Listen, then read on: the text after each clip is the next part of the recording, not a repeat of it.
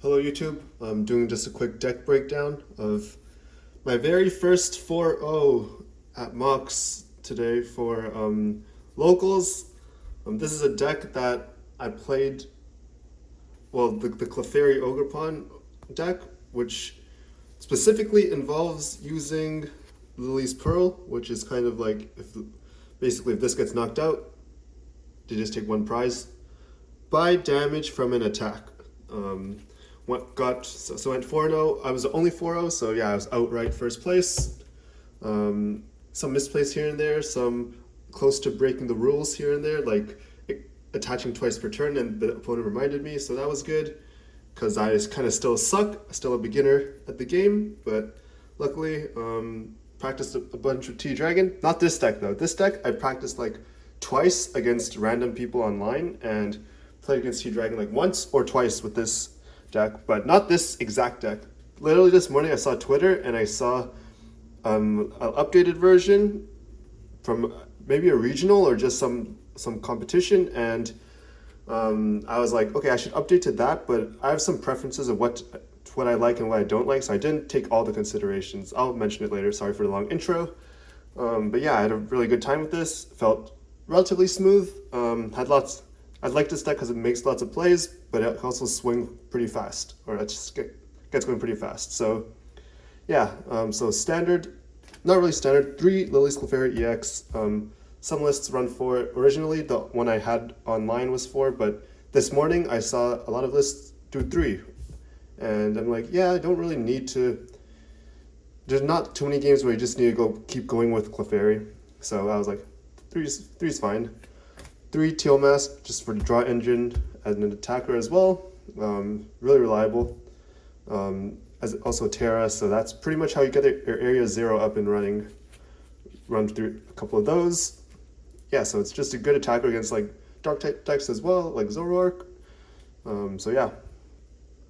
2 Mega Kangaskhan, pretty much only 3 prize liability, can screw you over sometimes, but it's just really good for early game drawing potential, and like because of how you can get energies accelerated really quickly, it can also be a semi-decent attacker without having a big bench or anything. Yeah, 2 Latias, like you pretty much need to like be able to cycle through Kangaskhan attackers, blah blah blah. So it's yeah, I don't really run any switching in here, so this is pretty much really good for setup and just in general. But of course, this is like the only card like worst cards to get retreat locked in, probably Latias or the Blood Moon, but 1 Iron Leaves, this is pretty much your only out to retreat lock. Can pretty much one-hit knockout like Garchomp, Darkrai, not Darkrai, Zoroark. Other decks are weak to grass, but not the highest numbers, only 180. But I mostly like it for, I use it today to get out of retreat lock. So basically, you have Latias, so pretty much you put this on, use its ability, get to active, switch out, and you're pretty much safe. I didn't really use its ability except for like one of my games where it's just you just like take the last prize. It's just super easy. You already have energies on your other guys. Put this guy, put it up, 180, and yeah. Especially when there's assorted energies attached to random people, but play I like I could probably talk about specific plays later, but this is just not the MVP, but just a really reliable card to have. Blood Moon didn't attack with it, but it's also really reliable late game threat. Since we run a bunch of E-switches in Crispin, this could be a like mid game attacker, but not too reliable. So this is like the worst. This or Latias is like the worst to get retreat locked in, even Iron Leaves, but I'll explain later that most likely you won't get retreat locked in here. Didn't use this card at all today. 1-1 Binary Mega Lopunny. In the list I saw this morning, it was 2-1 Mega Lopunny, but I was like, what's the chance I'll run into Crustle or Cornerstone? Because as you can see, all of these cards have abilities, so Cornerstone does do a lot. It's pretty good against it, but yeah, pretty solid. Just 1-1. Didn't use it at all today. Blood Moon, I think, didn't attack with it officially, but it was like a late game threat that people like saw. So they obviously did make some plays around it maybe, but yeah, had this on board sometimes. I think it started with it on game 1. 2 Meowths, since we run Area 0 and Chien-Pao, just good to have great supporter search, and like you could easily just Chen Pao and just get rid of the Meowths. Fez for the draws, obviously, but Cruel Arrow is semi-useful since, of course, we do run E-Switch, Crispin, so it can be pretty solid for like mid-late game stuff. And one Chen Pao, just super good, just getting rid of stadiums, especially the, I guess Jamming Tower is something good to get rid of, but mostly it's just for Area 0 plays. Getting your liabilities off the bench, because you can switch out with Latias. That's the thing. The original list ran one Psyduck, but I decided to cut that. So yeah, originally I did have one more Clefairy. I had one Psyduck, but I cut both of them and put in a Blood Moon. And it was pretty solid for today. Game 1 and Game 3 I did run two decks that ran the Ghosts, but didn't have a big problem against it since, yeah, got lucky, I guess. Ace Spec, Unfair Stamp, this is pretty much the only, I just see it in all the lists, so that's why I ran it. Like, Hero's Cape, we just have so much Pokemon that people could just probably go around it. Secret Box might be okay, but just Unfair Stamp's just a very solid Ace Spec right now. Supporters, 3 Boss, so good, especially since you just swing so early, it's good to like take out their more important pieces. 2 Crispin, I would run a third, like, kind of, but not really, because we only run 3, considering there are 3 basic Psychics, so at max, unless you recycle energies back in the deck, which is kind of hard to unless we Unfair Stamp or like Lilies after we Night Stretch or something back, it's like not really, I wouldn't say it's, yeah, 2 is a solid number. Like for me, it was just enough for me to get as much energy on the play as possible. So yeah, 3 Lilies. Like, what sometimes would be cool to run 4 since I did brick or had bad opening hand sometimes, but yeah, I can't really complain since we do run a big supported package. This one's might be different compared to a lot of lists, but 1 Cyrano, 1 Harlequin, and 1 Cypher Maniacs. I think the original list had, I think a Brock Scouting or something, but I decided to cut it up for some reason. Probably because I was like, we have so much draw in the deck. We have Cyrano, 4 Ultra Balls, meh, it's probably good enough. 1 Cyrano is fine. I cut out a Brock, but it's on the updated list. Not updated list, but like in some Twitter thing. They ran like 2 Harlequins. Maybe it's better ninjas, maybe it's worse. Never used it today. Because every time I had a chance to use it, there were like other better supporters to use. And like, yeah, I just like, didn't really need to like reset my hand at much points. Like, even if it was a judge today, I wouldn't. Just for the memes, but pretty cool to have a Harlequin in there. And Cypher Maniacs was just enough. One that was just enough today. Sometimes I might want a second one to get what I need with either Fez or Kangaskhan or even just Teal Mask draws, but overall, like Cypher Maniacs, excellent. 1's good enough. I think I hit it almost every game, so yeah, I didn't hit Cyrano every game, but Cypher Maniacs came in clutch pretty much all the games today. 4 Ultra Balls is the standard. There's no more Nest Ball. Almost everything's basic in here, so it has to be Ultra Ball if we're not running any more Pokemon supporters. 2 Night Stretcher.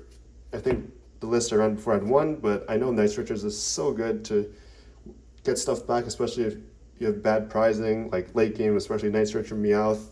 Get your final boss for the win. That's what happened in my last game. 4 Energy Switch, like you just accelerate so much onto the Ogerpons that it's good to switch around sometimes. Or if you have like, you've started with Kangaskhan attacking, you just switch it off of some other people, or especially in Retreat Lock, or just bossing up a liability or a high retreat cost, like Ursaluna. It's good. Because like, yeah, in my second game, I literally had 4 E-Switch in my hand and a few other supporters and just random junk. So that was lucky and unlucky. They bossed on my Ursaluna and just passed pretty much. And then I had so much energy on board, so I had like a Teal Dance and previous attacker, so I just triple E-Switch, go retreat. This guy is such a meme. I felt so bad. Actually, I do run the 3rd Crispin, sorry. Yeah, 3 is just enough because we have 3 Psychics and 7 Grassons. That's all we can Crispin, and it's just enough. 3 Lilies Pearls, Before it used to be like 4 EX and 3 pearls, but just 3-3. I think a lot of lists are just 3-3 these days, which I felt was solid tonight. Got it out quite a bit. Sometimes I had to attach to some random thing just to thin out the hand, but could be good Ultra Ball, like farther late game. Yeah, 3 area zeros, pretty good amount. I don't run any search for them, but most games I just draw into it because it's pretty solid. Yeah, not much to say. Wasn't too unlucky with the prizing, and just so good because you have 3 teal masks. That's all you have, but it's just so good for just having a wide variety of attackers, getting all your draw engines in play, and yeah, it's just pretty nice to run, and then Shen Pao to get rid of all your liabilities. Energy, 7 grass. I think that's might be the standard, but yeah, 7 grass. 3 telepathic and 3 regular. I think when there was 4 clefairies, I think there was a 4th telepathic. I'm not exactly sure, or 4th basic. But I said I caught one.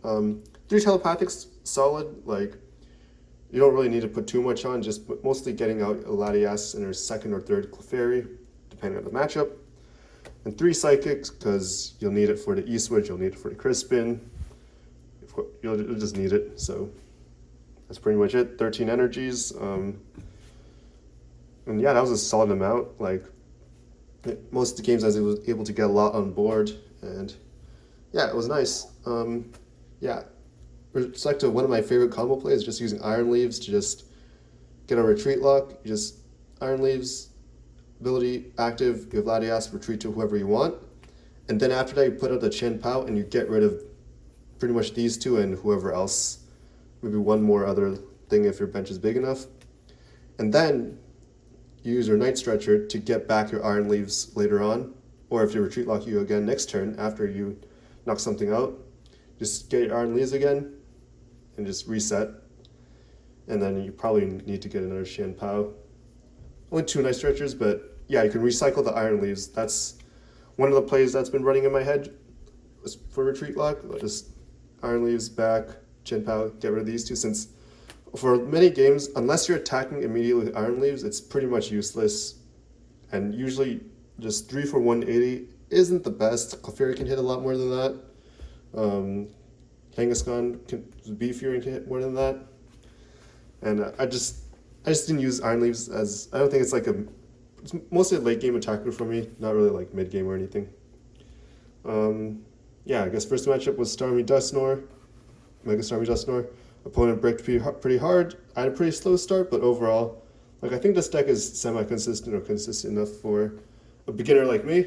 So yeah, got a win out of that, which is pretty solid, especially the Lily's Pearls coming in clutch, even though Dusknoir kind of counters it. It's got ahead of the prize race, so yeah. Second game was against Zoywongus. Yeah, that was a confusing game because I got retreat locked for a little bit on the Mega Kangaskhan with a Yveltal with a Binding Mochi with Petulant, so that did like 60 each turn.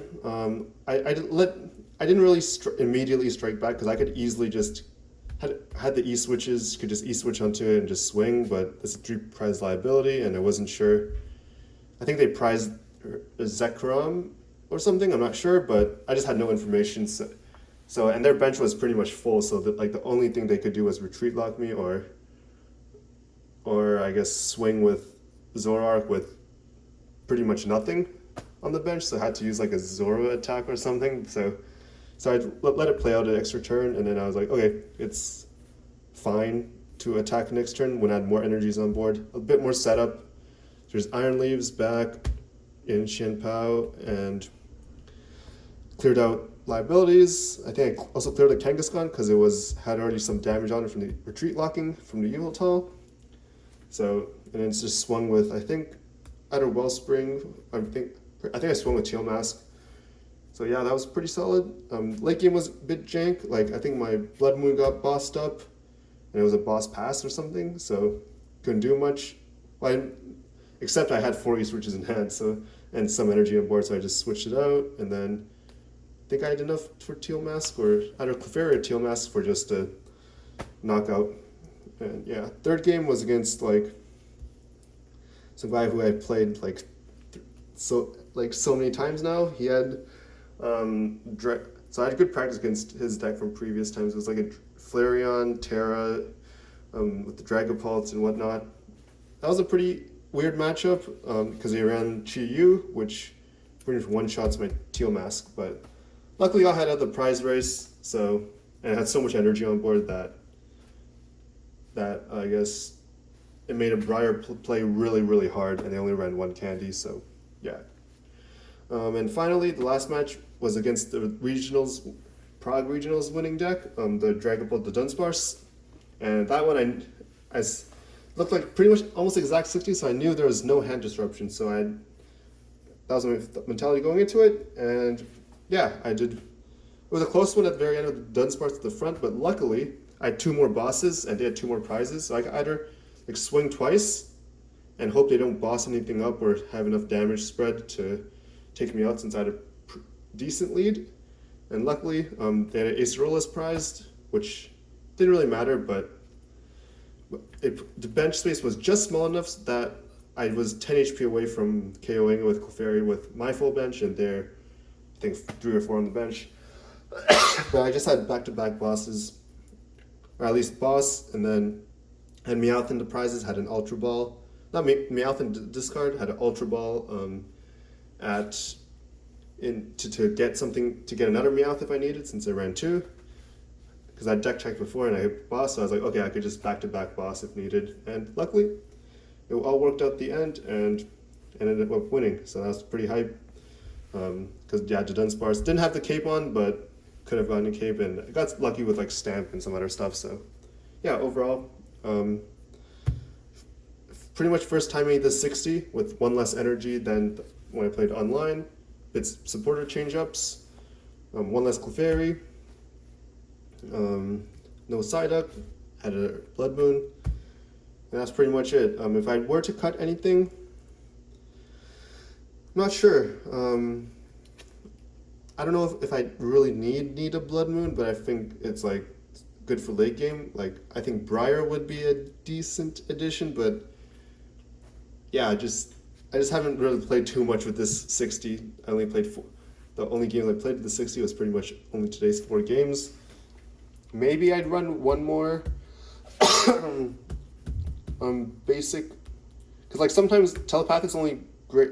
For me, it's only good like early game to get a Latias and an extra Clefairy out, but honestly, like towards mid-late game, like I don't really like Telepathic too much because yeah, special energy. So I think I just maybe run an extra, so Crispin would be more reliable if anything gets like a double Psychic prize. Would love a second Cypher Maniac, but honestly, it's just whatever. Today I had a perfect amount of use for it, so it was fine. Like, yeah, what I love with this deck is that pretty much anyone here can be an attacker, except for this Chanpao, which is kind of scary, so I have to make sure every time I use it, unless some desperate situation, just get rid of it every time you get rid of the Era Zero. I don't know if Mega Lopunny is that useful, since literally I guess it's a decent tank, but the only thing it's good into is Cornerstone or Crustle, which I'm pretty sure it's already a lost matchup if you're into a Crustle that you can't one-shot, because it can, yeah, I don't know. So, but it's just good to have. Like, I think Psyduck is fine maybe, but it can get retreat locked, or I don't know. Like, if I were to replace something, maybe it would be the Baneri Lopunny line. I could get another big EX attacker that fits with the energy spread. I would like to keep Blood Moon, maybe just these two. I haven't really found a use for it, and I never really started with never even played a Baneri, so just use for Ultra Ball discarding. Maybe a 4th boss would be really good. 4th Lilies maybe. Yeah, that's what I'm thinking. Lace Pearl is perfect. Like sometimes it was useless, but sometimes it was just super useful, having one on the active, one on the bench one. yeah, I'm not too sure what else, but yeah, thanks. This is just a deck breakdown, just for documentation. Yeah, thanks for watching. See you next time.